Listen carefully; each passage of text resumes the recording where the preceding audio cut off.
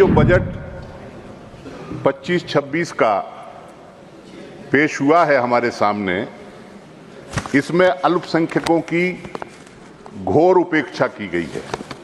जो कटौती अल्पसंख्यकों से संबंधित मदों में की गई है, निश्चित रूप से इसके पीछे सबका साथ सबके विकास की फिलॉसफी नहीं है। मुसलमानों को और माइनॉरिटीज को, मुसलमानों को दुश्मन नंबर 1 और ईसाइयों को खतरा नंबर 2 बताया गया है। वो फिलॉसफी, वो दर्शन इस बजट के पीछे काम कर रहा है। आप श्री जावेद अली खान। धन्यवाद उपसभाध्यक्ष जी।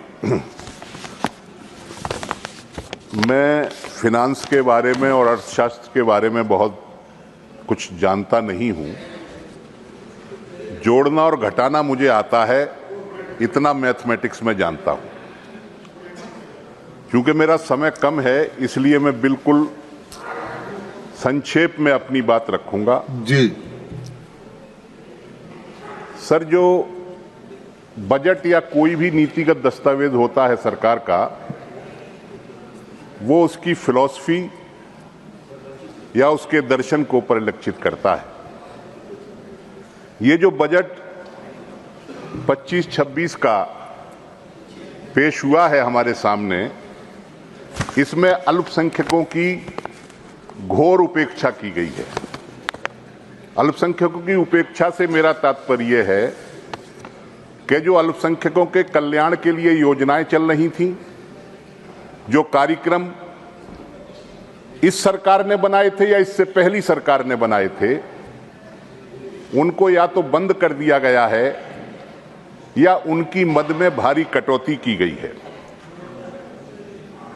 एक वक्ता कह रहे थे कि जब तक शिक्षित नहीं होंगे तब तक विकसित नहीं होंगे।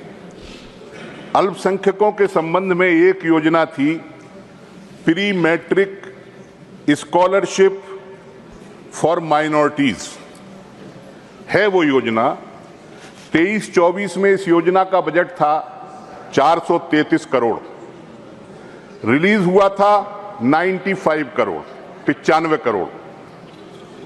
2024-25 के बजट में 326 करोड़ दिया गया, रिलीज हुआ 90 करोड़।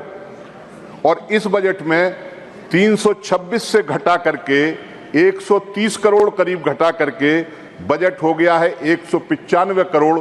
रिलीज कितना होगा हम नहीं जानते, वो अगले साल देखेंगे। एक योजना है post matric scholarship for minorities. 24-25 में इस योजना का बजट था 1145 करोड़। इस बजट में इस योजना के लिए आवंटित किए गए हैं 413 करोड़। 731 करोड़ रुपए कम हो गए, 65% कम कर दिया गया माइनॉरिटी की इस स्कॉलरशिप योजना के लिए। एक योजना है sir, merit come means scholarship for professionals and technical courses.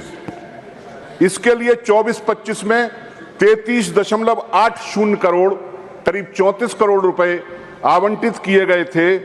और 25-26 के बजट में 7.34 करोड़, यानी 83% लेस है और 26 करोड़ रुपए इसके अंदर कम कर दिए गए हैं।